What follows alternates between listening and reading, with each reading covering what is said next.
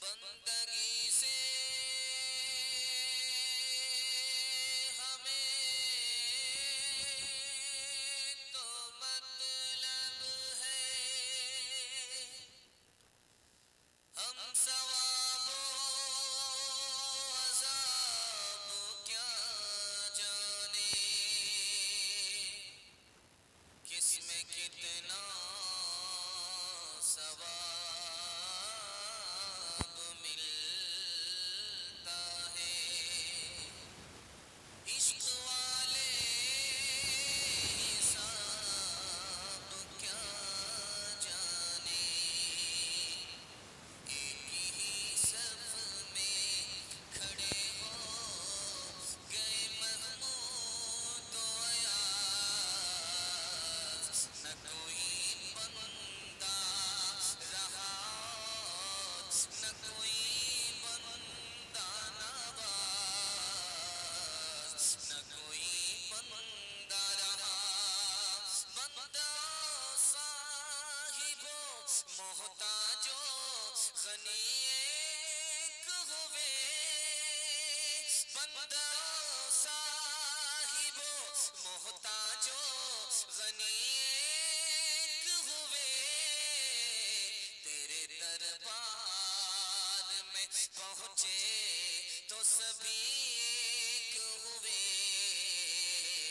तेरे दरबार में। बड़ा खूबसूरत जलसा मौसम की मेहरबानी से बिल्कुल जगमगा रहा है। मौसम मेहरबान हो गया, बारिश का मौसम खत्म हुआ और थोड़ा सा माहौल बन गया जलसे के लिए। बड़ी मुश्किल से जलसे का माहौल बना, आपके हौसले पर बना। मैं दुआ करता हूँ आगाज पर ही जलसे के लिए अल्लाह इसके आगाज को भी कबूल फरमाए, इसके अंजाम को खैरियत सहूलत आफियत के साथ मुकम्मल फरमाए। जिस मस्जिद का जलसा है अल्लाह उस मस्जिद को सजदे से चंदे से दरो दीवार से दोनों से आबाद फरमाए, मुबारकबाद फरमाए। यहाँ से लेकर के वहाँ तक सुनने के लिए तैयार है? जोश के साथ हाथ उठाइए इंशाअल्लाह। रमजान के बाद टोपी जेब में, कुरान ताक पर हाथ उठा दीजिए इंशाअल्लाह। आपकी बेदारी को टटोल करके सीधे सीधे सवाल से मैं अपने पैगाम को शुरू करने के लिए जा रहा हूँ।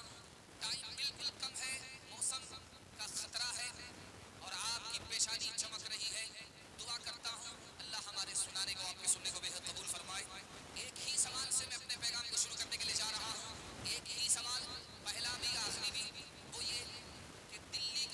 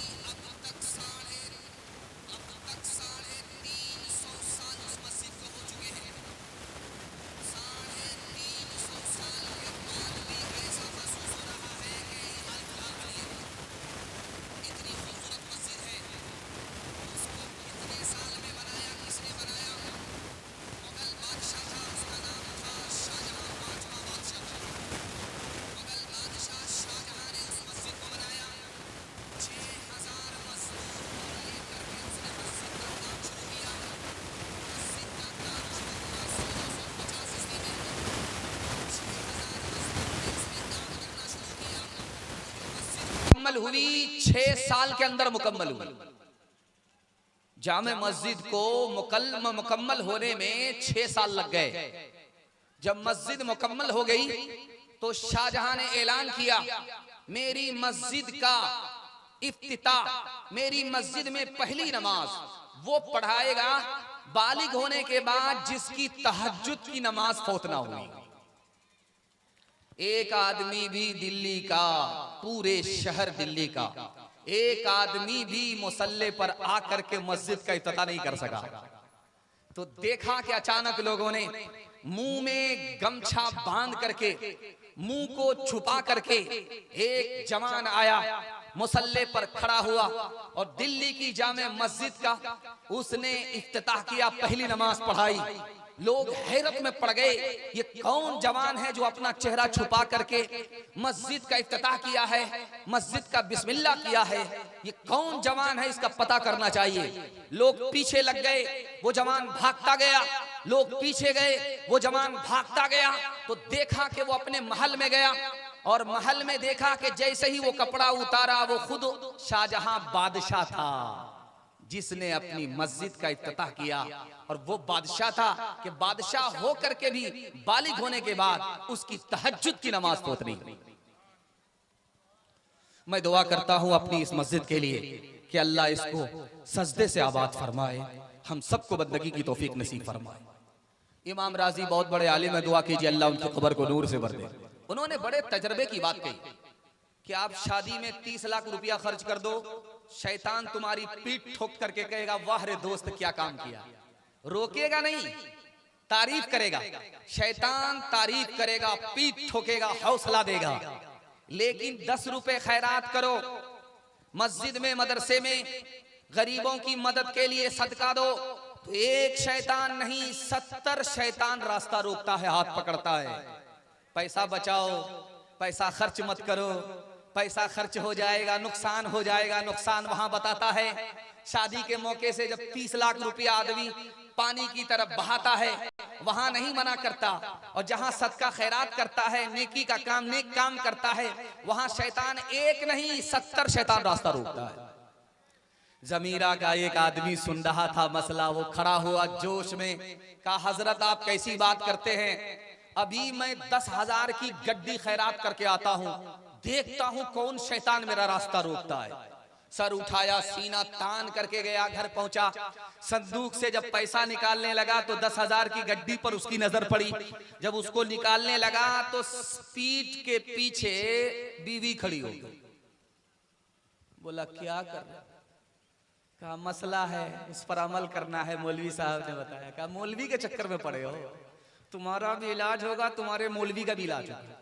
जो पैसा जहां है वहीं रखो। अब जो वहां से वापिस आया तो सर गाड़ करके बैठ गया, मुंह लटका करके बैठ गया, सर झुका करके बैठ गया। हजरत ने कहा अरे गए थे शैतान को पछाड़ने के लिए, सीना तान करके गए थे, वहां से आए तो सर झुका करके क्यों बैठ गए? उसने कितना प्यारा जुमला कहा कि हजरत शैतान को तो पछाड़ दिया, शैतान की खाला से हार गया।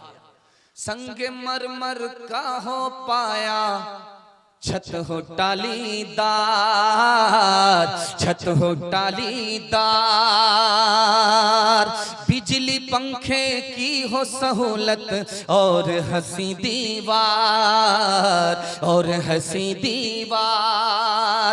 अपने घर से ज्यादा करो तुम मस्जिद को ज़ीशान, खुदा का खूब है ये एहसान, खुदा का खूब है ये एहसान, खूब है ये एहसान, खुदा का खूब है ये एहसान।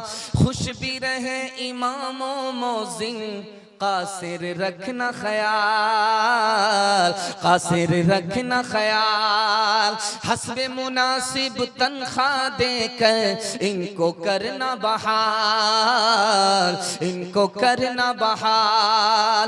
ये भी है तामीर का हिस्सा, अजर का है सामान, खुदा का खूब है ये एहसान, खुदा का खूब है ये एहसान।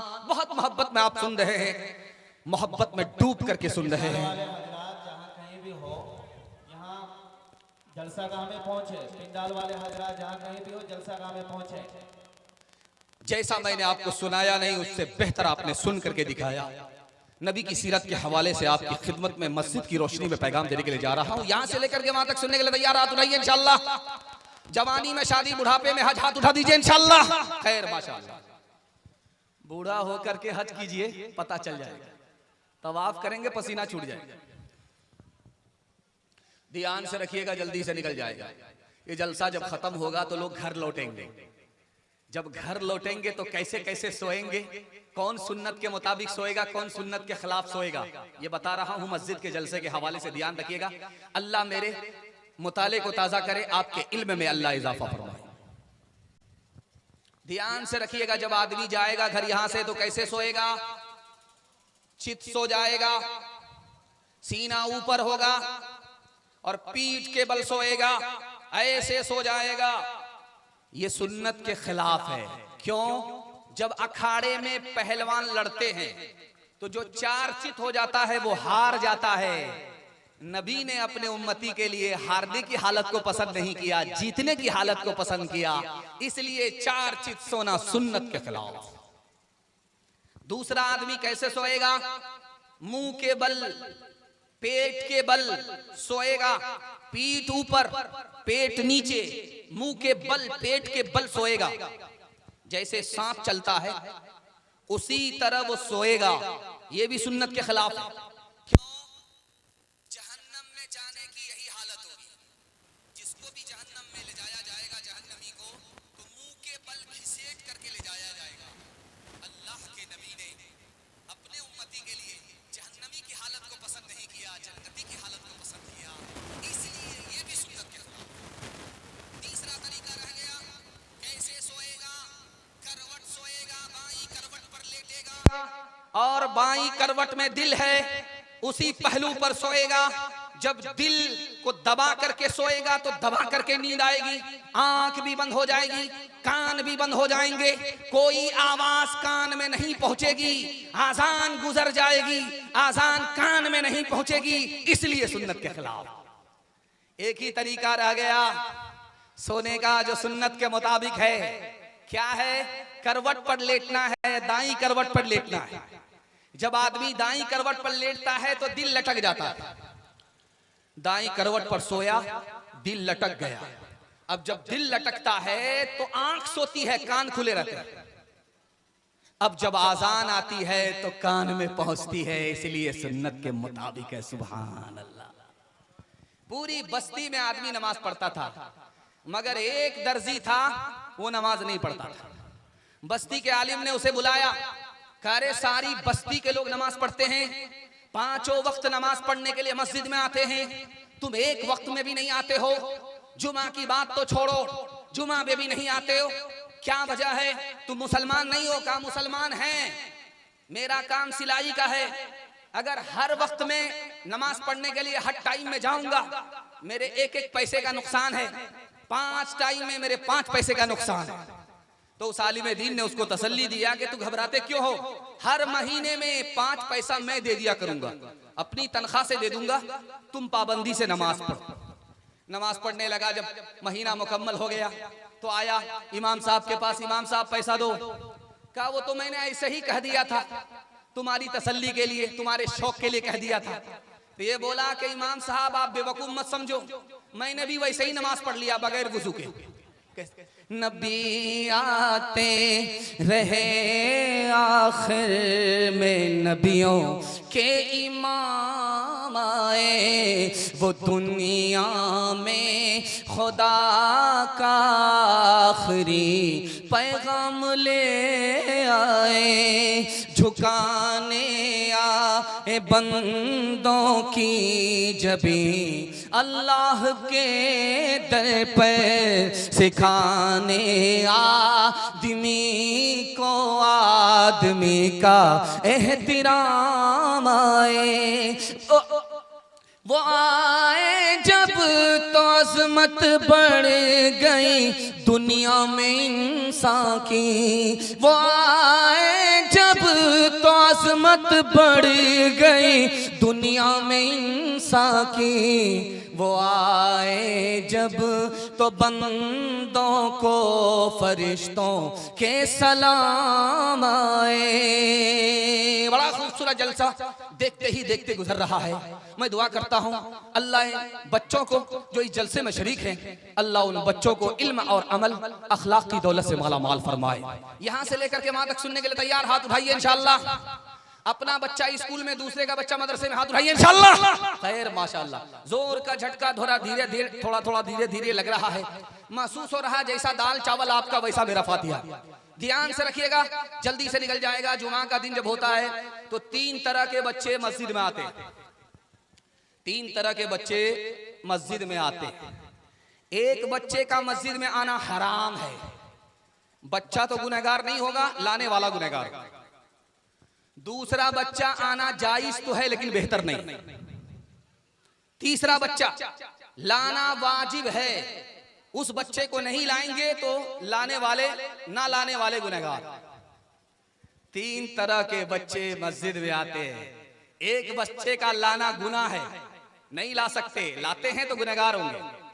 दूसरा बच्चा लाना जायज तो है, गुनाह नहीं होगा मगर बेहतर नहीं है।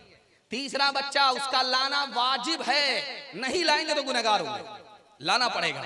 वो 3 बच्चे आपकी खिदमत में रखता हूं और दुआ करता हूं अल्लाह हमारे बच्चों को इल्म और हुनर की दौलत से माला माल फरमाए। पहला बच्चा जिसको मस्जिद में लाना हराम है, जानते कौन बच्चा है?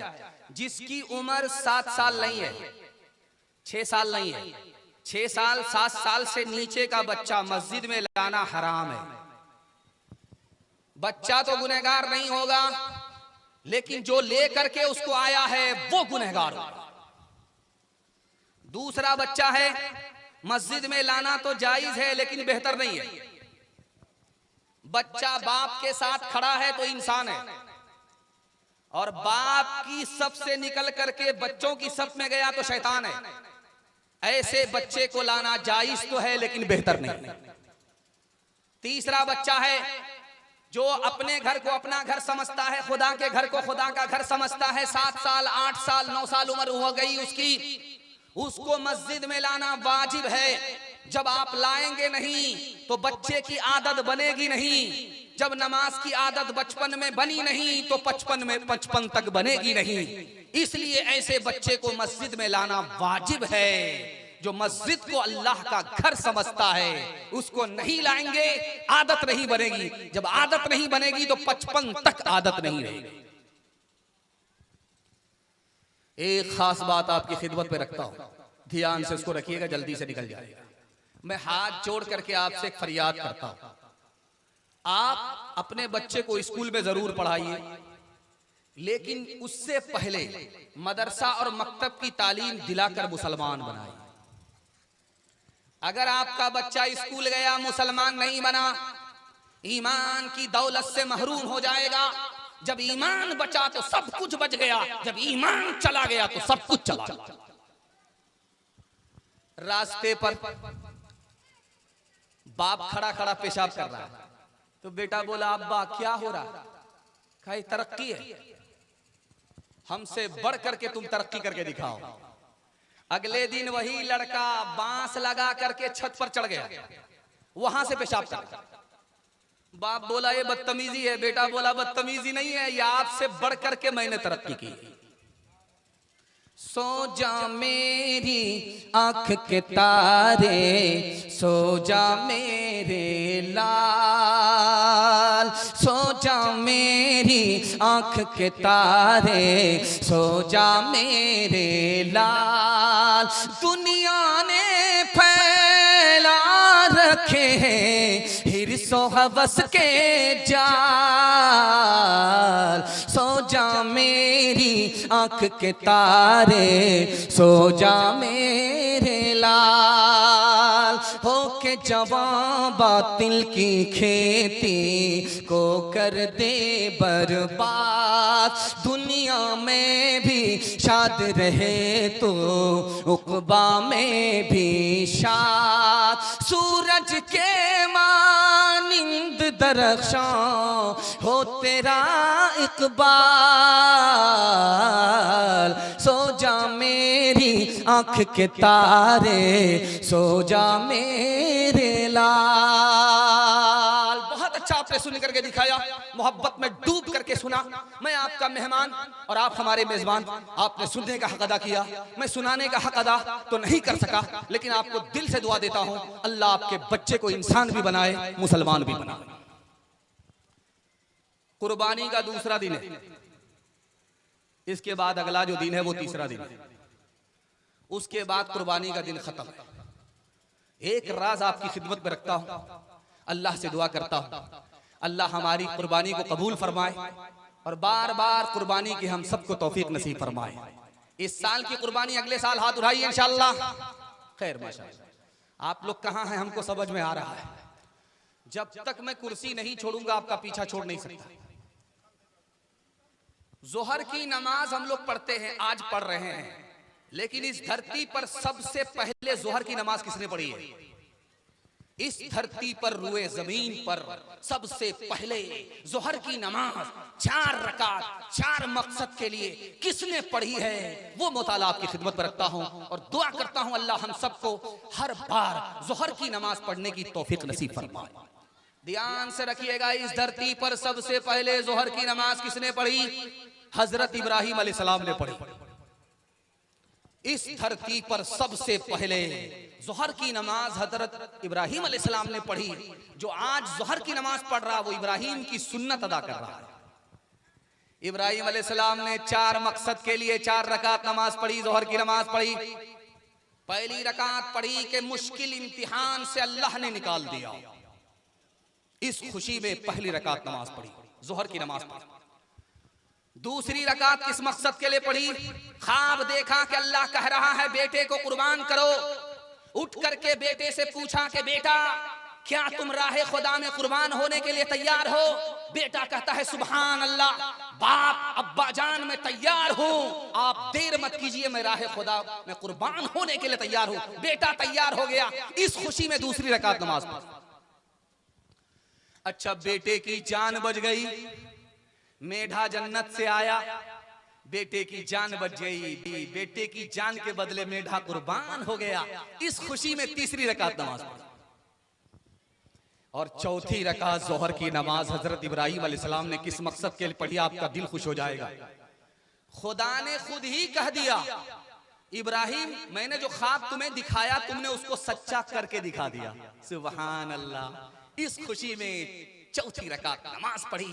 इस धरती पर सबसे पहले जोहर की नमाज हजरत इब्राहिम अलैहिस्सलाम ने पढ़ी।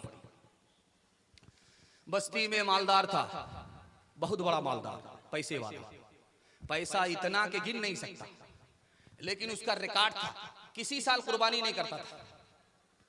इमाम साहब गए, अमीर साहब गए, हाथ जोड़ करके कहा कि भाई साहब कुर्बानी के दिन में कुर्बानी से बढ़कर के कोई अमल ही नहीं है, कुर्बानी करो। तो बोलता है कि हम कुरान कुर्बानी नहीं करते, हम कुरान खानी करते हैं, हम अपना रिकॉर्ड खराब नहीं करेंगे। उसका भाई बोला कि जानते हो ये कुरान खानी क्यों करता है, कुर्बानी क्यों छोड़ता है? तो बताया कि कुरान खानी में पैसा नहीं लगता और कुर्बानी में पैसा लगता है। दौलत तो है मगर दिल नहीं है। बेदर बोला के बेटा जो मैंने ख्वाब देखा है, किताबे जिंदगी का एक निराला बाब देखा है। ये देखा है कि मैं खुद आप तुझको ज़ब्ह करता हूँ, खुदा के नाम पर तेरे लहू में हाथ भरता हूँ। कहा फर्जंद ने ए बाप इस्माइल साबिर है, खुदा के हुक्म पर बंदा पे तामील हाजिर है। मशीयत का मगर दरियाए रहमत जोश में आया कि इस्माइल का एक रोंगटा कटने नहीं पाया। ये तात और कुर्बानी हुई मंजूर यज़दानी, ये तात और कुर्बानी हुई मंजूर यज़दानी कि जन्नत से ये बेड़ा गया है बहरे कुर्बानी। दिल खोल करके कुर्बानी करेंगे, हाथ उठाइए इंशाअल्लाह। अपनी शादी, अपने बेटे की शादी फ्री में करेंगे, हाथ उठाइए इंशाअल्लाह। बेटी में देंगे, बेटा में लेंगे, हाथ उठाइए इंशाअल्लाह। माशाअल्लाह। मन तो करता है कि आप लोगों को एक एक करके बहुत अच्छा सुनते हैं। अच्छा, मैं गौर से देख रहा था कि सब लोगों ने हाथ उठाया। अपनी शादी और बेटे की शादी के नाम पर सब लोगों ने हाथ उठा दिया। अच्छा, जिनकी शादी हो गई उन लोगों ने भी हाथ उठाया। अगर वो दूसरी और तीसरी के चक्कर में है और उनकी बीवी ने हाथ देख लिया, जैसे ही जलसा खत्म होगा घर पहुंचेंगे तो रात नीले ड्राम में पैक कर देंगे और सीधे कयामत होगा। इसलिए जरा ध्यान रहे कि कहां हाथ उठाना है, कहां हाथ नहीं उठाना। ध्यान से सुनिएगा, जल्दी से निकल जाएगा। हम लोगों के यहाँ एक रिवाज है। रिवाज क्या है कि 7 आदमी मिल करके हम लोग एक बड़ा जानवर खरीदते हैं। भैंस खरीदते हैं, ऊंट खरीदते हैं, बड़ा जानवर खरीदते हैं। बहुत अच्छी बात, इसमें कोई बुराई नहीं है। 7 आदमी मिल करके जानवर खरीद लिया, कोई बुराई नहीं, कोई मसला नहीं। 7 आदमी में पैसा किसका हलाल था, किसका हराम था, किसी को पता नहीं चला। कोई बात नहीं, कोई मसला नहीं। जानवर कुर्बान हो गया, तब पता चला कि किसी का पैसा हलाल था, किसी का पैसा हराम। कोई मसला नहीं, कोई घबराने की बात नहीं। मसला यहाँ खड़ा हो गया, अभी जानवर खड़ा है, कुर्बान नहीं हुआ है। पता चल गया कि 6 आदमी का पैसा हलाल है, 1 आदमी का पैसा हराम है। अब मसला फंसेगा और बुरी तरीके से फंसेगा। अगर 6 आदमी का पैसा हलाल, 1 आदमी का पैसा हराम, जानवर अभी खड़ा है, पता चल गया। अब करना यह है कि जल्दी से उस आदमी को पार्टी से निकालिए और उस आदमी की पार्टी से जल्दी निकलिए। अगर निकले नहीं, उसको निकाला नहीं, जानवर कुर्बान कर दिया, वो तो डूबा ही, सबको लेकर के डूब गया। किसी की कुर्बानी ना अदा होगी ना कबूल होगी। क्यों भाई? हलाल को हराम के साथ मिलाया, ना पाक हो गया। अल्लाह पाक पाक को कबूल करता है, ना पाक को कबूल नहीं करता। 1 गिलास पानी है, आप उसको पी लो, पिला दो, पाक है, पी लो, पिला दो, चलेगा। 1 कतरा अगर पेशाब का टपक गया तो पूरा गिलास नापाक होगा।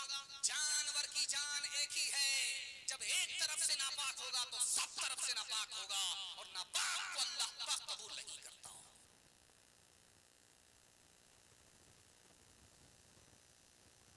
बस्ती में एक आदमी सदका खैरात जानता ही नहीं, मालदार है लेकिन सदका जानता ही नहीं, खैरात जानता ही नहीं।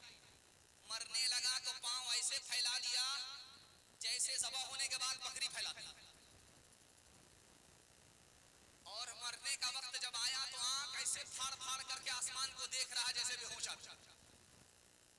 बस्ती के लोग जमा हो गए, पढ़े लिखे लोग, रिश्तेदार, दोस्त अहबाब सब जमा हो गए और कह रहे अल्लाह का बंदा, जीते जी तुम्हारा रिकॉर्ड खराब है, मरने का वक्त है, कुछ सदका खैरात करके जाओ, कुछ दे करके जाओ, राहे खुदा में दे करके जाओ, सदका खैरात करके जाओ। तो खफा हो गया, बोला क्या दे करके जाओ, जान तो दे रहा और क्या दे करके जाओ, इससे बढ़ करके भी कोई चीज है?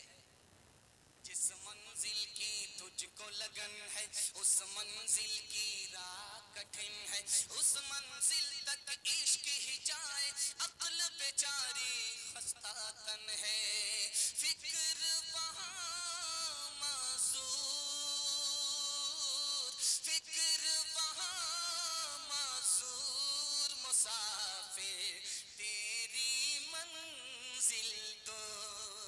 मुसाफिर तेरी मंजिल दूर, पीछे जो मतलूब के जाए द्वारे पे महबूब के जाए, तैर के निकले सहरा सहरा दरिया दरिया डूब के जाए, उल्टा सब दस्तूर,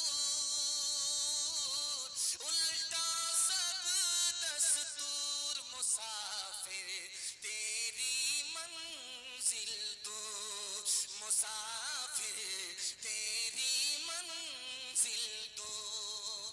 बास तो बेखुद हो जाते हैं, बास खुदी में खो जाते हैं, रह जाते हैं सर कटवा कर तार पे चढ़ के सो जाते हैं, सरमद और मंसूर, सरमद और मंसूर, मुसाफिर तेरी मंजिल दूर, मुसाफिर तेरी मंजिल दूर।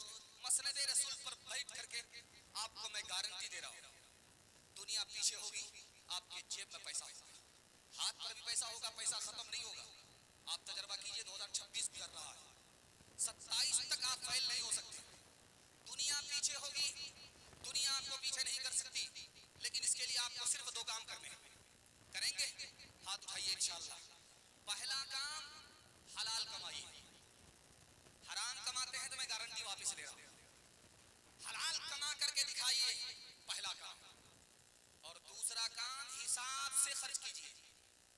थोड़ा पैसा है थोड़ा खर्च कीजिए, ज्यादा पैसा है हिसाब से खर्च कीजिए। 1 साल करके दिखाइए, हलाल कमा करके दिखाइए, हिसाब से खर्च करके दिखाइए।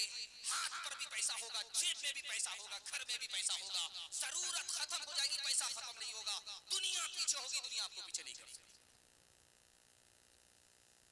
निकाह इतना आसान, इतना आसान, इतना आसान। जुमा का दिन हो कोई जरूरी नहीं, मस्जिद में हो कोई जरूरी नहीं, खुतबा पढ़ा जाए कोई जरूरी नहीं, काजी निकाह पढ़ाने के लिए आए कोई जरूरी नहीं। 2 आदमी की मौजूदगी में लड़की बोले मुझे लड़का कबूल, लड़का बोले मुझे लड़की कबूल, मियां बीवी राजी तो क्या करेगा काजी?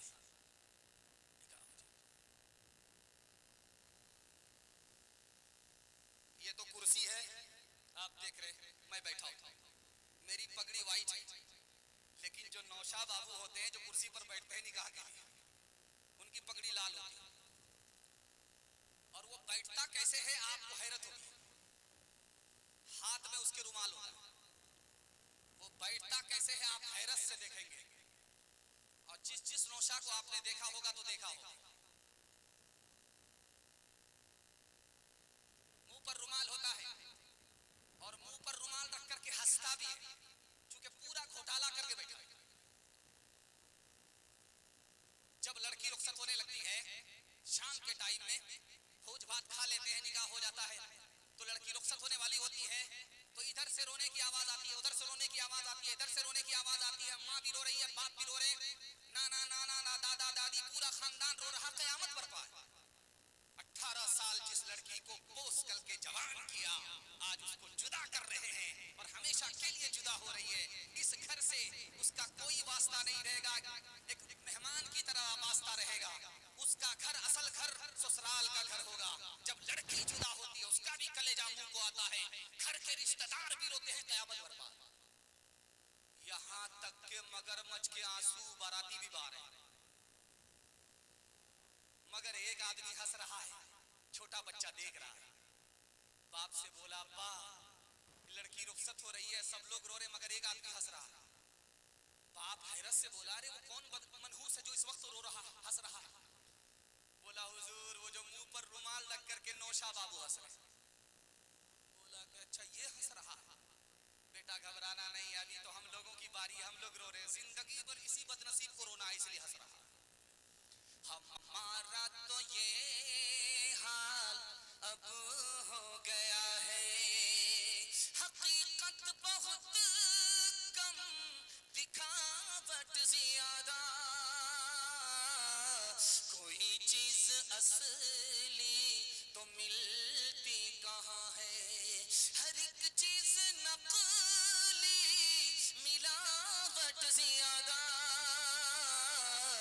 हर एक चीज नकली, मिलावट ज्यादा, तेरी पारसाई की शीशा करी है, तू का गोया फिकी सजावट ज्यादा है। इंसानियत भागती आज हमसे के अखलाक की है गिरावट ज्यादा है। इंसानियत भागती आज हमसे। मैं गौर से देख रहा हूं, आप हमको गौर से देख रहे हैं, मुझे डर लगता है कि कहीं आपकी नजर न लग जाए, लेकिन मैं भी चालाक आदमी हूं, दम करके बैठा हूं। लगाइए कितनी नजर लगाते हैं आप। मैंने गौर से देखा तो मैं देख रहा हूं कि बूढ़ों की तादाद कम है, बच्चों की तादाद कम है, जवानों की तादाद ज्यादा है। दिल से दुआ निकली, अल्लाह हमारे जवानों को दिन दुनी रात चौगुनी तरक्की से माला माल फरमाए।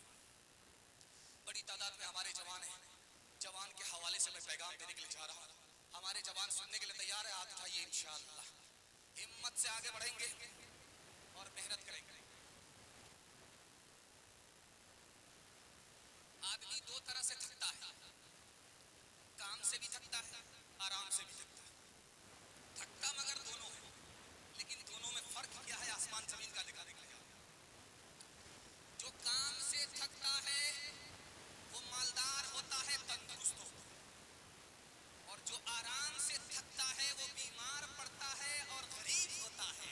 अब फैसला आपके हाथ में है कि करना क्या है आपको, काम से थकना है या आराम से। हट्ठा कट्ठा उल्लू का पट्टा, भीख का कटोरा हाथ में, अल्लाह के नाम पर दे दो, मौला के नाम पर दे दो। मस्जिद से जुमा पढ़ के लोग निकले, वो हट्ठा कट्ठा भीख मांग रहा है। लोगों ने कहा शर्म नहीं आती, तुम कमाते नहीं हो, भीख मांगते हो, किस बात की शर्म। मेरा दादा नेशनल फकीर था, मेरा बाप इंटरनेशनल फकीर है, खानदानी पेशा। एक राज की बात आपको बता रहा हूँ, आज तो ट्यूबवेल का जमाना हो गया, कुएं का जमाना चला गया, लेकिन बहुत से गाँव में अभी तक पुराना कुआं है। पुराना कुआं, पहले कुएं से पानी निकाला जाता था, उसी पानी से लोग नहाते थे, वजू करते थे। इत्तेफाक से कुएं में एक कतरा शराब टपक गया, एक कतरा, पूरी बोतल नहीं, सिर्फ एक कतरा। लोग कितने दीनदार थे, कितने सच्चे लोग थे, कितने पक्के लोग थे, ईमान के पक्के कितने लोग थे। लोगों ने कहा यार जिस पानी से हम लोग वजू करते थे, गुस्ल करते थे, उसमें एक कतरा शराब टपक गया, न रहे बांस न बजेगी बांसुरी, उस कुएं को बंद कर दो। बंद कर दिया, कुआं ही बंद कर दो। अब कुएं को बंद करके किया आपको सुन करके बड़ी हैरत है। उस कुएं के ऊपर मीनार बनाया।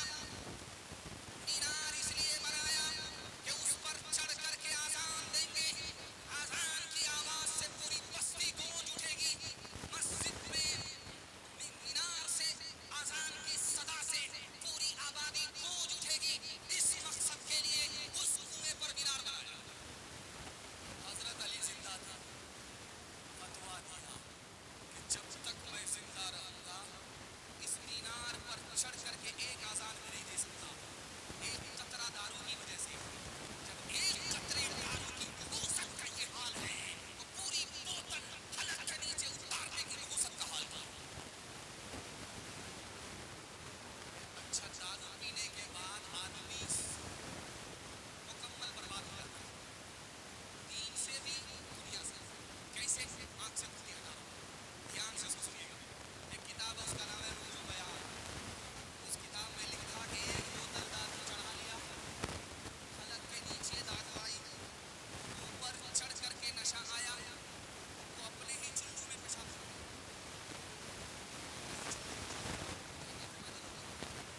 तो है नहीं, अकल सबसे बड़ी दौलत, उससे महरूम हो गया। पहला नुकसान, अपने ही चिल्लू में पेशाब कर रहा है। देखिए तमाशा, यहीं तक तमाशा नहीं है। उसके बाद उस पेशाब के पानी को जब जमा किया, उससे मुंह धोने लगा। दूसरा तमाशा, अब देखिए यहीं तक तमाशा नहीं है, अब तीसरा तमाशा कर रहा है। उस पेशाब से मुंह को धोते वक्त में वो दुआ पढ़ता है, अल्हम्दुलिल्लाहिल्लज़ी जअलल इस्लाम नूरा वल माअ तहूरा। अब उस किताब में लिखा कि जो कसर बाकी थी वो भी पूरी होगी, जो ईमान बचा हुआ था वो भी चला गया। अल्लाह पाक का नाम पेशाब नापाक पर ले लिया, ईमान चला गया, धोबी का गधा न घर का रहा न घाट का रहा। हाथ उठाइए, वादा कीजिए दारू से खुद भी बचेंगे, सारे समाज को बचाएंगे। हाथ उठाइए इंशाअल्लाह। जवानी में पकड़ा है, बुढ़ापे में छोड़ देंगे। हाथ उठा दीजिए इंशाअल्लाह। खैर माशाअल्लाह। कहाँ हैं आप, समझ में आ गया। आशिकों को शबाब ने मारा, फासिकों को शराब ने मारा, आलिमों को किताब ने मारा, मुंशियों को हिसाब ने मारा। हम जो अब तक बचे रहे उनसे, हमको रोटी कबाब ने मारा, हमको रोटी। जलसा निकल गया। आखिरी पैगाम मर्दों के हवाले से बाकी रह गया, 3 पैगाम औरतों के हवाले से बाकी है। 5 से 7 मिनट में मेरे हिस्से का जलसा मुकम्मल हो रहा है। आपने दिल खोल करके सुना। मैं दुआ करता हूँ अल्लाह आपको घर से तरक्की अता फरमाए, घर के झगड़े को अल्लाह घर में खत्म फरमाए, और अल्लाह इत्तिहाद और इत्तिफाक की दौलत से हम सबको माला माल फरमाए। एक रात सुनिए, जिंदगी भर आपको काम आएगा। तोता को लाते हैं आप बाजार से, पिंजड़े में बंद रहता है, उसको खिलाते हैं, बेटे की तरफ पोसते हैं, जायज है, गुनाह नहीं होगा। आपके घर में बिल्ली है, बिस्तर पर सो जाती है, बर्तन में मुंह मार देती है, कोई गुनाह नहीं। बकरी है, चलेगा। बिल्ली पालिए जायज है, तोता पालिए जायज है, मुर्गा मुर्गी पालिए जायज है। अगर कुत्ता पालते हैं तो दरवाजे पर होना चाहिए, घर के अंदर नहीं। बिल्ली के लिए कोई कैद नहीं, अंदर रहे बाहर रहे। तोता के लिए कोई कैद नहीं, अंदर रहे बाहर रहे। बकरी के लिए कोई कैद नहीं, अंदर रहे बाहर रहे। मगर कुत्ता पालते हैं तो दरवाजे पर होना चाहिए, घर के अंदर नहीं। अगर दरवाजे से आपने निकाला और घर के अंदर कुत्ते को ले आए तो गुनाह है और नेकी कम और खत्म होगी। नमाज पढ़ेंगे सवाब कम, रोजा रखेंगे सवाब कम, सदका खैरात करेंगे सवाब कम और खत्म। हैरत है भाई, तोता पालने का कोई फायदा नहीं, बिल्ली पालने का कोई फायदा नहीं, फिर भी पालना जायज। और कुत्ता लोग पालते हैं कि घर की हिफाजत हो, यहाँ कुत्ता पालना गुनाह, अजीब बात है। लेकिन जो राज मैं आपको बताने के लिए जा रहा हूं, ध्यान से रखिएगा, जिंदगी भर काम आएगा। कुत्ता पालना जायज नहीं है, गुनाह है। जानते हैं क्यों? कुत्ते की खूबी आपको मालूम है कि एक टुकड़ा खाता है, वफादारी करता है, रात भर जागता है, घर की हिफाजत करता है। लेकिन कुत्ते के ऐब को आप नहीं जानते। उसका ऐब उसके हुनर से भी बड़ा है। वो अपनों पर सितम करता है, गैरों पर करम करता है। अब अगर आप कुत्ता पालेंगे तो कुत्ते की खसलत आपके अंदर आएगी। आप भी अपनों पर सितम करेंगे, गैरों पर करम करेंगे। बहन पर सितम करेंगे, साली पर मेहरबान होंगे। भाई पर सितम करेंगे, साला पर मेहरबान होंगे। माँ बाप पर सितम करेंगे, सास ससुर पर मेहरबान होंगे। ये मुसलमान की खसलत नहीं है, ये कुत्ते की खसलत है।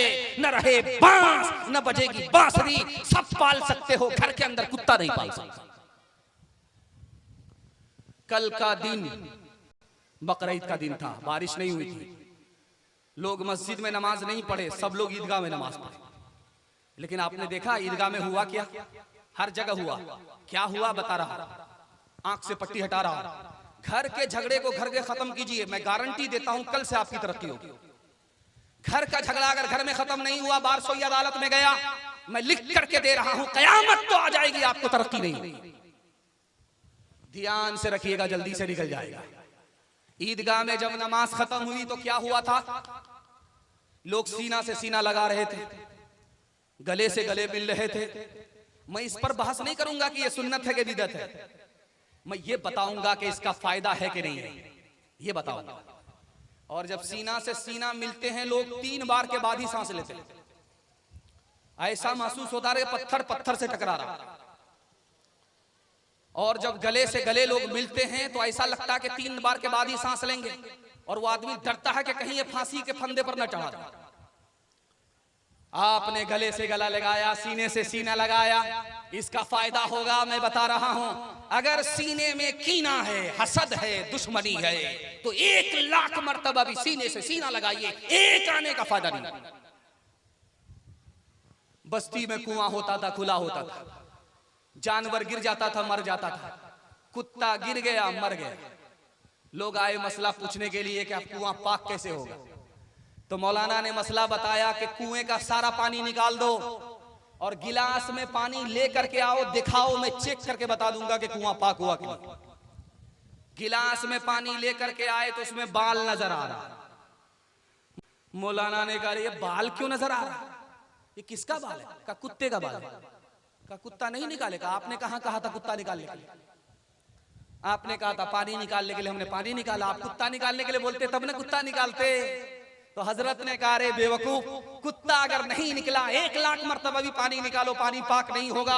जब तक सीने से कीना नहीं निकलेगा, हसद नहीं निकलेगा, दुश्मनी नहीं निकलेगी, और दिल में दूसरे की मोहब्बत दाखिल नहीं होगी। 1 लाख मर्तबा भी सीने से सीना लगाइए, गले से गले लगिए, एक आने का फायदा नहीं। हाथ उठाइए, वादा कीजिए दूसरे को माफ करेंगे, बदला नहीं लेंगे इंशाअल्लाह। दूसरे की मदद करेंगे, मदद से हाथ नहीं खींचेंगे इंशाअल्लाह।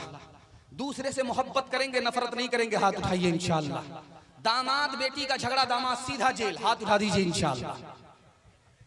हाल न पूछे, दर्द न बांटे इस जंगल के लोग, अपना अपना सुख है सबका, अपना अपना सो। कोई नहीं जो हाथ बढ़ा के,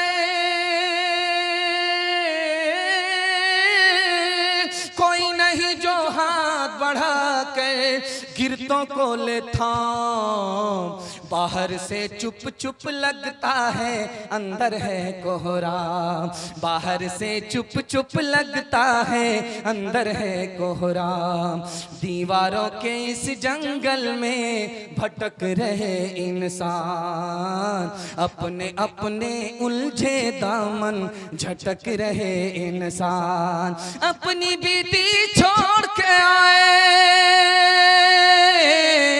अपनी बीती छोड़ के आए, कौन किसी के काम। बाहर से चुप चुप लगता है, अंदर है कोहराम। देखते ही देखते मेरे हिस्से का जलसा निकल गया।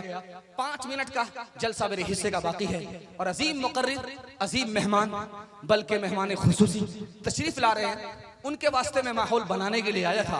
मैं दुआ करता हूं कि आप उनकी दुआ तक साथ देंगे और जलसे को इसी तरह खूब सीरत बनाएंगे। मैं दुआ करता हूं अल्लाह दीन दुनिया दोनों की भलाई से हम सबको मालामाल फरमाए। आखिरी पैगाम औरतों की तालीम के हवाले से सुनने के लिए यहाँ से लेकर के वहां तक तैयार, हाथ उठाइए इंशाअल्लाह। बेटा होगा झूले पर, बेटी होगी चूल्हे पर, हाथ उठाइए इंशाअल्लाह। खैर, जैसा आपका दाल चावल वैसा मेरा फातिहा। बेटा अल्लाह आपको दे तो बेटा को पढ़ाइए, बेटी दे तो बेटी को पढ़ाइए। अगर बेटा बेटी दोनों दे तब क्या करना है, ध्यान से रखिएगा इसको। अगर बेटा बेटी दोनों दे तो बेटी को ज्यादा पढ़ाइए, बेटे को कम पढ़ाइए। इस राज को सुना रहा हूं, पैगाम को खत्म करता हूं। दुआ करता हूं अल्लाह आपकी बेटी को फातिमा और आयशा बनाए, जन्नत जाने वाली, जन्नत ले जाने वाली बनाए। बेटा बेटी अगर दोनों दे अल्लाह तो बेटी को ज्यादा पढ़ाइए, बेटा को कम। क्यों? बेटी 4 मंजिल में पहुंचती है। पहली मंजिल में वो बेटी है, दूसरी मंजिल में वो बीवी है, तीसरी मंजिल में वो माँ है, चौथी मंजिल में वो सास है। जब आप बेटी को बेटे से ज्यादा पढ़ाएंगे, 1 नंबर बेटी 1 नंबर बीवी बनेगी, 1 नंबर बेटी 1 नंबर माँ बनेगी, 1 नंबर बेटी 1 नंबर सास बनेगी। मर्द पढ़ता है तन्हा, मर्द पढ़ता है, औरत पढ़ती है सारा खानदान पढ़ता है। जिस औरत का बच्चा गोरा होगा उसको जब नहाएगी तो एक ही बार साबुन लगाएगी, वो झकास हो जाएगा। लेकिन बदकिस्मती से किसी औरत का बच्चा अगर कालिया तो नहाते वक्त में 72 मरतबा साबुन लगाता, रगड़ रगड़ करके लगाती। वो कालिया चिल्लाता है मगर उसकी कोई परवाह नहीं करती है, रगड़ रगड़ करके साबुन लगा रही है। माँ सोचती है कि साबुन से इस कालिया को गोरा कर देंगे, लेकिन वो साबुन कसम खा लेता है कि मैं तो काला हो जाऊंगा, इस कालिया को कभी गोरा होने नहीं। दरवाजे पर दस्तक हुई, बेटी का बाप गया दरवाजा खोलने के लिए, तो देखता क्या है कि एक जवान खड़ा है, कोयले की तरह काला, होंठ मोटे मोटे हैं, दांत बाहर है। उसके ख्याल में बदसूरत है। पूछा कि जान न पहचान, कहां से आए मेहमान? कहा तुम्हारी बेटी का हाथ मांगने के लिए, दामाद बना लो। तो कहा कि रांची से आए हो, हाफ हो या पूरा फुल हो, पूरा पैदल हो? अरे शीशे में शक्ल तो देख लिया होता, मेरी बेटी खूबसूरत है, तुम बदसूरत हो। मेरी बेटी मालदार है, तुम नौकर चाकर हो। रिश्ता मंजूर नहीं हो सकता। दुआ करता हूं अल्लाह ऐसी होनहार बेटी को हर घर में पैदा फरमाए। पर्दे के पीछे बेटी सुन रही थी कि अब्बा हुजूर मुझको रिश्ता मंजूर है। बाप के कान खड़े हुए बेटी से पूछा कि बेटी ऐसे बदसूरत से रिश्ता करोगी? कहा कि अब्बा जान, आपने आने वाले को देखा कि काला है, आपने भेजने वाले को नहीं देखा कि कमली वाला है। सुभान अल्लाह। कब मैं कहती हूँ कि उसके रंग काले को तू देख, मैं तो कहती हूँ कि उसके भेजने वाले को देख। मैंने माना है वो काला, हुस्न में भी मांद है, भेजने वाला तो लेकिन 14वीं का चांद है। तेरी बेटी उसके काले रंग पे मसरूर है, तेरी बेटी उसके काले रंग पे मसरूर है। काली कमली वाले की मर्जी मुझे मंजूर है, काली कमली वाले की मर्जी मुझे मंजूर है। देखते देखते पैगाम खत्म हो गया। मैं बड़ी तादाद में देख रहा हूँ, माँ बहनों की तादाद है। मैं दुआ करता हूँ कबूलियत की घड़ी में अल्लाह से दुआ करता हूँ, अल्लाह हमारी माँ और बहनों की ईमान और आबरू की कदम कदम पर हिफाजत फरमाए। मस्जिद में आप देखिएगा ताबूत होगा, ताबूत रखा जाता है लटका करके। जब जनाजे का ऐलान होता है तो उसको उतारा जाता है, उस पर जनाजा रख करके उसको कब्रिस्तान ले जाते हैं, खाली करके 4 आदमी उसको ढो करके लाते हैं। पहले लकड़ी का ताबूत होता था, बहुत भारी होता था। अब लोगों ने लकड़ी के ताबूत को हटा दिया। अब कौन सा ताबूत आ रहा है? स्टील का ताबूत आ रहा है। उसमें आसानी तो हो गई कि वो आसान है, हल्का हो गया, मगर एक परेशानी है। जब मुर्दे को उतारा जाता है कब्र में तो 4 आदमी को फिर भी उस स्टील के ताबूत को ढो करके लाना पड़ता है। अब एक ताबूत आया है, वो सबसे अच्छा ताबूत है, रबड़ वाला ताबूत। वो आपको यहां नहीं मिलेगा, कटिहार में नहीं मिलेगा, सीधे आपको दिल्ली से ऑर्डर कराना पड़ेगा। और हॉस्पिटल वाले को ज्यादा आइडिया है कहां से वो ताबूत मिलता है। वो रबड़ का ताबूत होता है, स्टील का फ्रेम होता है, उसमें रबड़ लगा हुआ होता है।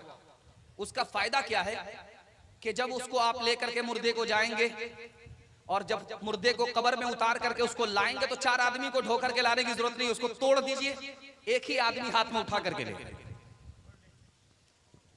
वो ताबूत है। मुझे इस पर बहस नहीं करनी है, मुझे ये बताना है जब मर्द का जनाजा ताबूत में उठता है तो उसके ऊपर कोई पर्दा नहीं होता, खाली होता है, खाली होता है। लेकिन जब औरत का ताबूत उठता है तो उसके ऊपर डोली होती है, पर्दा होता है, छतरी होती है, अंदर मुर्दा नजर नहीं आता। मर्द का जब ताबूत होता है तो बाहर से नजर आता है, लेकिन औरत का जब ताबूत होता है तो ऊपर से ऊपर पर्दा होता है, कपड़ा बांध देते हैं, कपड़ा बांध देते हैं, मुर्दा नजर नहीं आता। ये किसकी सुन्नत है? दुआ करता हूं अल्लाह हमारी माँ और बहनों की आबरू की कदम कदम पर हिफाजत फरमाए। ये किसकी सुन्नत है? हजरत फातिमा रजी अल्लाह अन्हा की सुन्नत है। जब उनका इंतकाल होने लगा तो उन्होंने कहा, जब मेरा इंतकाल हो जाए तो मुझको दिन में दफन मत करना, रात में दफन करना, अंधेरे में दफन करना, उजाले में दफन मत करना। और जब मेरे ताबूत में मेरा जनाजा रखना तो ऊपर से ढक देना, ऊपर से कपड़ा बांध देना, डोली लगा देना, छतरी लगा देना, ताकि जनाजे को देख करके कोई अंदाजा ना करे कि मैं लंबी औरत थी या नाटी औरत थी, मैं मोटी थी या दुबली थी, मैं पतली थी या मोटी थी, किसी को अंदाजा ना हो। आज तक अजनबी मर्द ने मुझे जीते जी अंदाजा नहीं लगाया कि मैं लंबी हूं कि नाटी हूं, मोटी हूं कि पतली हूं। मैं चाहती हूं कि मरने के बाद भी किसी को कोई अंदाजा ना हो। उस फातिमा की सुन्नत है। शौहर ने बीवी से कहा कि बेपर्दा हो जाओ। औरत ने 2 साल पर्दा किया, एक बेटा पैदा हुआ। शौहर ने बीवी से कहा बेपर्दा हो जाओ, बुर्का छोड़ दो, दुपट्टा छोड़ दो। औरत ने 6 महीना पर्दा किया, 4 साल में दूसरा बेटा पैदा हुआ। शौहर ने बीवी से कहा बेपर्दा हो जाओ, बुर्का छोड़ दो, दुपट्टा छोड़ दो। औरत पर्दे से बाहर ही नहीं, आपे से बाहर हो गई। 6ठे साल में तीसरा बेटा पैदा हुआ। अब उस औरत ने अपने शौहर से कहा पर्दे में और बेपर्दगी में क्या फर्क है, 1 मिनट में बताती हूं, तुम अपने कमरे में जाओ, मैं अपने कमरे में जाती हूं। जब वो शौहर अपने कमरे में गया, औरत अपने कमरे में बाल खोल करके बैठ गई, रोना शुरू किया। पहला बेटा आया, कहा अम्मा क्या हुआ? कहा क्या हुआ? तुम्हारे बाप ने बाल खींच खींच करके मारा है। तो लड़का बोलता है अम्मा पहली बार मारा, माफ कर दो, तुम्हारा शौहर है, तुम्हारी आबरू है, आबरू पर पर्दा डालो, क्यों आबरू का तमाशा कर रही हो? बाप से कुछ नहीं कहा, उल्टे मां को नसीहत किया और चला गया। दूसरा बेटा जब आया तो मां ने रोना शुरू किया। दूसरा बेटा बोला अम्मा क्या हुआ? का क्या हुआ? तुम्हारे बाप ने 100 गाली दिया है। लड़के को जला लाया, बाप के सामने आकर के 100 गाली बाप को दिया और चला गया। तीसरा बेटा जब आया तो मां ने रोना शुरू किया। तो बेटा पूछता अम्मा क्या हुआ? क्या हुआ? का सब कुछ हो गया, तुम्हारे बाप ने बाल खींच खींच करके मारा भी है और 100 गाली दिया। अब लड़के को जला लाया, लाठी हाथ में लिया, 100 लाठी बाप को मारा, 100 गाली बाप को दिया और चला गया। अब वो औरत शौहर के पास आकर के कहती है देखो पर्दे में बेपर्दगी में क्या फर्क है। पहला बेटा पर्दे की हालत में पैदा हुआ था, तुम्हारे पर्दे का लिहाज किया, उल्टे मां को नसीहत किया, बाप से कुछ नहीं कहा और चला गया। दूसरा बेटा आधे पर्दे में पैदा हुआ, तुम्हारी आधी लाज रखी, तुमको मारा नहीं मगर गाली जरूर दिया। और तीसरा बेटा मुकम्मल बेपर्दगी में पैदा हुआ, देखो उसने तुम्हारी हर कसर पूरी कर दी, तुमको मारा भी, गाली दिया। ये बेपर्दगी का नतीजा है। वो हया की, वो हया की, वो हया की खूबसूरत एक परी है फातिमा। इसलिए तो शब को दफना ही गई है फातिमा। मोमिनों से हक ताला हश्र में फरमाएगा, मोमिनों से हक ताला हश्र में फरमाएगा। अपनी नजरों को झुका लो, अपनी नजरों को झुका लो, आ रही है फातिमा। अपने घर की औरत को घर में रखेंगे, उसकी जरूरत का सामान बाजार से खरीद करके ला करके हम लोग देंगे, हाथ उठाइए इंशाअल्लाह। बहन से ज्यादा साली पर मेहरबान, हाथ उठाइए इंशाअल्लाह। खैर माशाअल्लाह माशाअल्लाह। अब तो वो वक्त आ गया है कि अगरबत्ती मोमबत्ती जला करके आप लोगों का फातिहा ही कर दिया जाए। मैं चाहता हूं आखिरी पैगाम सुनाने से पहले आपकी तसल्ली का सामान करूं। मैं चाहता हूं कि इस जलसे में जन्नत का टिकट अल्लाह आपको इसी जलसे में अता फरमाए। कैसे मिलेगा मैं बता रहा हूं। बस 2 मिनट का पैगाम आपकी खिदमत में, अजीम मुकर्रिर आपकी खिदमत में आ रहे हैं। मेरे हिस्से का जलसा मुकम्मल हो गया, आखिरी पैगाम आपकी खिदमत में लेकर के मैं आया। ध्यान से सुनिएगा, इसको जल्दी से निकल जाएगा। इसी जलसे में आपको जन्नत का टिकट मिलेगा। कैसे मिलेगा? अगर आपके माँ बाप जिंदा हैं तो माँ बाप की खिदमत कीजिए, माँ बाप मर गए दुआए मगफिरत कीजिए। जन्नत का टिकट इसी जलसे में अल्लाह अता फरमाएगा। हाथ उठाइए, वादा कीजिए माँ बाप की खिदमत करेंगे इंशाअल्लाह। शादी के बाद सास ससुर को कमा करके खिलाएंगे इंशाअल्लाह। खैर माशाअल्लाह, खैर मैंने देख लिया बड़ी जल्दी से हाथ झटका। मजलिस से इधर से एक आदमी खड़ा हुआ, कहा या रसूल अल्लाह किसकी खिदमत करूं? कहा माँ की करो। उधर से खड़ा हुआ, कहा किसकी खिदमत करूं? कहा कि माँ की खिदमत करो। इधर से खड़ा हुआ, कहा कि किसकी खिदमत करूं? कहा माँ की खिदमत करो। 3 बार कहा माँ की खिदमत करो, माँ की खिदमत करो, माँ की खिदमत करो। जब चौथा आदमी खड़ा हुआ, किसकी खिदमत करूं? तो कहा बाप की खिदमत करो। बाप का नाम 1 बार, माँ का नाम 3 बार। इस राज को सुनाता हूं और दुआ करता हूं आपके माँ बाप के लिए, अल्लाह उनकी उम्र में खूब खूब बरकत दे, उनका ईमान पर खात्मा अता फरमाए, उनको जन्नतुल फिरदौस में जगह अता फरमाए। 3 काम इस धरती पर सिर्फ माँ करती है, माँ के अलावा कोई नहीं करता। 9 महीना पेट में अगर कोई रखती है तो वो सिर्फ और सिर्फ माँ होती, माँ के अलावा कोई नहीं होता। और 9 महीना जब पूरा होता है तो ऐसा दर्द उखड़ता है कि 700 तलवार किसी के ऊपर पड़े वो जिंदा रहे, इससे भी ज्यादा दर्द माँ उठाती है, माँ के अलावा कोई नहीं उठाता। और तीसरा काम माँ जो करती है वो कोई नहीं करता इस धरती पर। 2 साल तक अपना खून निचोड़ करके दूध की शक्ल में अगर कोई पिलाती है तो वो सिर्फ और सिर्फ माँ है, माँ के अलावा कोई नहीं। बेटा बाहर जा रहा था, पंजाब बाहर कमाने के लिए जा रहा था। बाप से कहा अब्बा ये पैसा है, आप इसको रखिए, खर्च मत कीजिएगा भूल से, मैं आकर के वापस ले लूंगा। बेटा चला गया, वापिस आया तो बाप से कहा अब्बा माल निकालो। बाप बोला बेटा मैं बीमार था, तुम्हारा पैसा खर्च कर दिया, माफ करो। कहा अब्बा हम उल्टी उंगली से भी घी निकालना जानते हैं, भलाई इसी में है कि पैसा वापिस कर दो, वरना मैं नबी की अदालत में तुम्हारे खिलाफ मुकदमा करूंगा। बाप ने कहा तुमको जो करना है करो, हम पैसा नहीं दे सकते, इलाज में पैसा खर्च हो गया। बेटा बोला अब्बा तुम बेईमान हो, तुम शैतान हो, मैं रसूलुल्लाह की खिदमत में जा रहा हूं शिकायत करने के लिए। जब वो बेटा गया अल्लाह के रसूल की खिदमत में तो बोला मेरा बाप बेईमान है। अल्लाह के रसूल को गुस्सा आया, ओ बदतमीज बेअदब, अपनी बात वापिस लो, तुम भी अपने बाप के हो, तुम्हारा पैसा भी तुम्हारे बाप का है, कुछ नहीं, ये मेरी भी अदालत है, खुदा की भी अदालत है, जहां जाना है जाओ। जानते हैं सबसे अच्छा खाना कौन सा दिन पकता है? साल में 1 ही दिन पकता है। सबसे अच्छा खाना साल में जो दिन पकता है वो ईद का दिन होता है। इसीलिए लोग ईदगाह में होते हैं नमाज पढ़ने के लिए, ध्यान दस्तरखान पर होता है। और इमाम साहब से देर हो जाए तो गुस्सा भी आता है कि हमारा ध्यान 16 आना उधर है और ये देर पर देर कर रहा है। इसलिए जब नमाज खत्म होती है तो 80 की स्पीड में लोग भागते हैं और दस्तरखान पर बैठा खाना खाने के लिए मजा ही नहीं आ रहा। तो माँ से खफा होकर के बोला अम्मा तू बूढ़ी हो गई, आज तक तुमको खाना पकाने के लिए। माँ ने कहा कि बेटा तुम उस पर क्यों खफा हो रहा है, तेरी बीवी ने बनाया। तो कहता सुभान अल्लाह माशाअल्लाह अल्हम्दुलिल्लाह। माँ ने कहा कि इतनी जल्दी तुम्हारा तेवर बदल गया?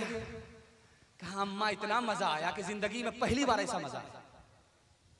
माँ ने कहा कि तू बीवी का शौहर नहीं, बीवी का नौकर है, जोरू का गुलाम है। हाथ उठाइए, वादा कीजिए माँ बाप जिंदा रहे खिदमत करेंगे, माँ बाप मर गए दुआएं मग़फ़िरत करेंगे इंशाअल्लाह। माँ बाप तरसे है पीने को पानी, बेटा है राजा बहू फुलवारानी। माँ बाप तरसे है पीने को पानी, बेटा है राजा बहू फुलवारानी। बुढ़वार बुढ़िया पे कुछ नहीं ध्यान, है रे मुसलमान, है रे मुसलमान, है रे मुसलमान, है रे मुसलमान। माँ बाप भाई बहन को रुलाए, बीवी को बाहर से लाकर खिलाए। माँ बाप भाई बहन को रुलाए, बीवी को बाहर से लाकर खिलाए। कल तेरी औलाद, कल तेरी औलाद लेगी परान, है है रे मुसलमान, है रे मुसलमान, है रे मुसलमान, है रे मुसलमान। वो थे महरूम मगर तुझको पढ़ाया भी है, हो पसीना तेरी खातिर तो बहाया भी है, हो पसीना तेरी। सर उठा कर जो तू रहता है आज शाह में, सर उठा कर जो तू रहता है आज शाह में, ये तेरे बाप का सदका है, इस काबिल बनाया है, ये तेरे बाप का। 3 वादे पर खड़े हो जाइए, जिंदगी भर के लिए जलसा कामयाब होगा। हाथ उठाइए, वादा कीजिए अल्लाह की इबादत करेंगे इंशाअल्लाह। हाथ उठाइए, वादा कीजिए रसूलुल्लाह की इताअत करेंगे इंशाअल्लाह। हाथ उठाइए, वादा कीजिए मखलूक की खिदमत करेंगे इंशाअल्लाह। आज आजान सुन करके कल नमाज पढ़ेंगे इंशाअल्लाह। न किताबों से नवाजों से नजर से पैदा, दीन होता है बुजुर्गों की नजर से पैदा। नहीं सीखा इन्होंने दीन रहकर शेख के घर में, पले कॉलेज के चक्कर में, मरे साहब के दफ्तर में थे, केक के चक्कर में तो रोटी भी गई, बड़ी शेख की ताक में थे तो छोटी भी गई, न मानी बात वाइस की, थे पतलून के चक्कर में तो लंगोटी भी गई। वाखिर दावाना अनिल हम्दुलिल्लाहि रब्बिल आलमीन।